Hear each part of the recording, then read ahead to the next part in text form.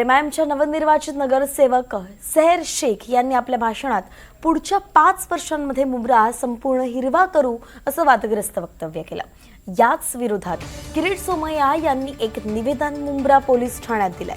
त्यानंतर पोलिसांनी सेहर शेख यांनी कुणाच्याही भावना दुखावतील असं भाषण करू नये असं समज दिलेली आहे। या संदर्भात त्यांना नोटीस सुद्धा बजावण्यात आलेली आहे। त्याची सगळ्यात मोठी बातमी आपण पाहतोय, किरीट सोमय्या यांनी तक्रार दाखल केली, त्यावरून आता सेहर शेख यांना नोटीस बजावण्यात आलेली आहे की त्यांनी अशा पद्धतीचं वक्तव्य करू नये, कुणालाही मनाला लागेल असं वक्तव्य करू नये।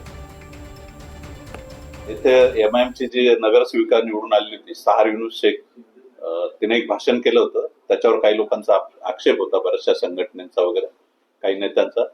त्याच्या अनुषंगाने आज बीजेपीचे ज्येष्ठ नेते माननीय किरीटजी सोमय्या साहेब आणि सन्माननीय आमदार साहेब निरंजनजी डावखरे आणि त्यांचे सर्व शिष्टमंडळ मला भेटायला आलं होतं। त्यांनी सदर प्रकरणाबाबत आपण काय कारवाई केली याबाबत विचारणा केली आणि त्यांनी एक निवेदन दिलेलं आहे।